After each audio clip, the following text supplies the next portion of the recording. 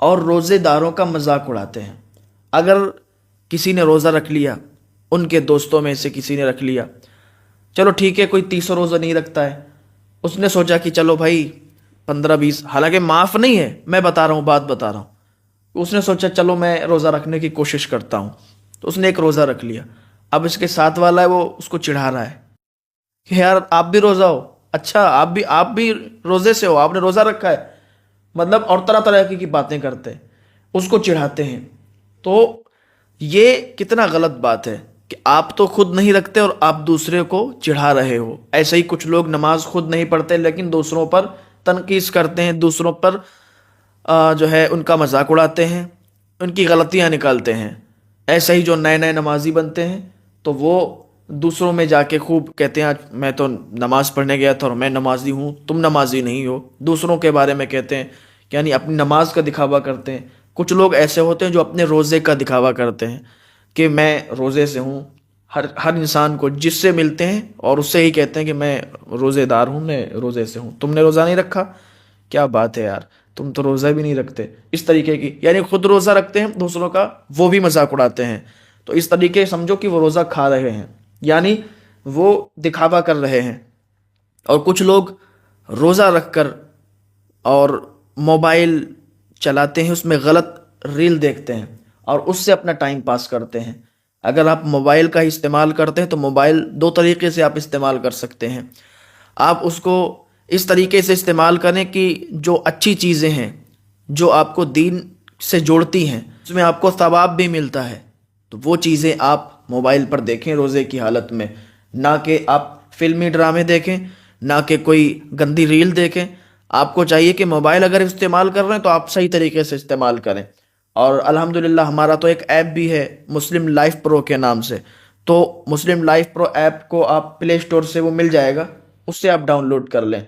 اس میں آپ کو روزے کی 1 دن سے لے کر 30 دن تک ساری دعائیں ملیں گی، قبلے کا رخ بھی ملے گا، نماز کا پورا طریقہ ملے گا،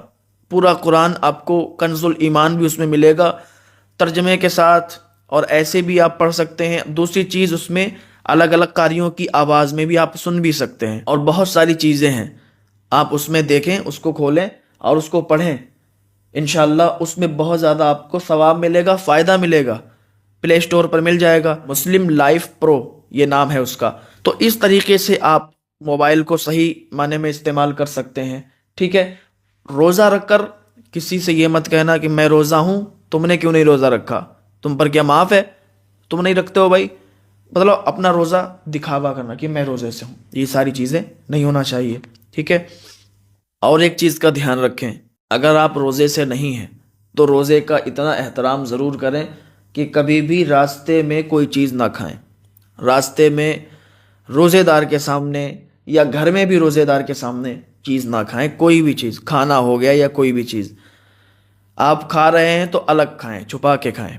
ٹھیک ہے، یہ احترام کریں آپ۔ بہت سے لوگ ہوتے ہیں کہ روزے دار کے سامنے ہی بس کھانا شروع کر دیا انہوں نے، کوئی احترام نہیں، کوئی کچھ نہیں، بس کھا رہے ہیں۔ کچھ لوگ ہیں بس راستے میں کھا رہے ہیں، تھوڑی تو شرم کرو یار، روزہ دار نکل رہا ہے، دیکھ رہا ہے آپ کو، تو آپ روزے دار کا اور روزے کا احترام کریں۔ ایسے ہی ایک حکایت یاد آئی کہ ایک مجوسی تھا اور وہ مسلمانوں کے بازار میں گیا، اس کے ساتھ اس کا لڑکا بھی تھا، تو اس کے لڑکے نے کوئی چیز لی اور وہ کھلے عام کھانے لگا، تو اس نے اپنے لڑکے کو ایک تھپڑ مارا اور کہا کہ تجھے شرم نہیں آتی کہ تو کھلے عام کھاتا ہے، تو اور سارے لوگ روزہ ہیں، یعنی رمضان شریف چل رہا ہے، مسلمانوں کا روزہ ہے اور تو کھلے عام کھاتا ہے۔ تو اس کے بیٹے نے کہا ابا آپ نے مجھے مار دیا لیکن کھاتے تو آپ بھی ہیں، آپ پر کچھ نہیں، اور میں نے کھا لیا تو آپ نے میرے تھپڑ مار دیا۔ تو اس کے باپ نے کہا بیٹا میں نے تجھے اس لیے مارا کہ تو کھلے عام یہاں کھا رہا ہے، یہاں دیکھ کتنے مسلمان ہیں اور یہ سارے روزے سے ہیں اور تو ان کے سامنے کھلے عام کھا رہا ہے، تجھے چاہیے کہ تو آرام سے گھر پہ جا کے کھا، گھر پہ بیٹھ کے کھا، میں تو گھر پہ کھاتا ہوں، چھپ کے کھاتا ہوں، میں سامنے نہیں کھاتا ہوں، میں روزے کی اور روزے دار کی عزت کرتا ہوں۔ مجوسی ہو کے وہ یہ بات کہہ رہا تھا۔ تو وہیں پر جب وہ انتقال کر گیا تو وہیں کے کسی اللہ والے نے دیکھا کہ وہ جنت کے محلات میں ٹہل رہا ہے، اس سے پوچھا کہ بھائی تم تو مجوسی تھے، تم ایسے کیسے اور جنت میں کیسے چلے گئے؟ تو اس نے بتایا کہ میں روزہ کا اور روزہ دار کا بہت احترام کرتا تھا، تو جب میں انتقال میرا ہوا، جب میں مرا، تو مجھے کلمہ پڑھنے کی سعادت نصیب ہو گئی، مجھے کلمہ پڑھا دیا گیا اور میں کلمہ پڑھ کے آیا ہوں۔ میں نے کلمہ پڑھا، پہلے میں مسلمان ہوا، اور اللہ تعالیٰ نے مجھے روزے کی اہمیت کی وجہ سے معاف فرما دیا اور مجھے جنت میں محل عطا فرما دیا۔ اب آپ سمجھ لیں کہ کتنا برکت والا مہینہ، اور روزہ اور روزہ دار کی اہمیت کا کیا انجام ہوتا ہے، کیا نتیجہ ملتا ہے کہ اللہ تعالیٰ ایک مجوسی کو بھی ایمان سے سرفراز کر دیتا ہے اور اسے جنت میں اعلیٰ سے اعلیٰ مقام عطا فرما دیتا ہے۔ تو ہمیں روزہ دار کی اور روزے کی اہمیت بالکل کرنی چاہیے، قدر کرنی چاہیے، اور کبھی بھی روزے دار کے سامنے اگر روزہ نہیں ہو تو کوئی چیز نہیں کھانا چاہیے، ٹھیک ہے؟ اللہ تعالیٰ ہم سب کو نیک اعمال کرنے کی توفیق عطا فرمائے، اللہ تعالیٰ ہم سب کو ہدایت کی توفیق عطا فرمائے کہ رمضان شریف کی جس نے عزت کی، جس نے قدر کی، تو آپ دیکھیے، اور جس نے روزے رکھے تو کیا مقام اسے ملا۔ رمضان شریف خود اس کا ہاتھ پکڑ کر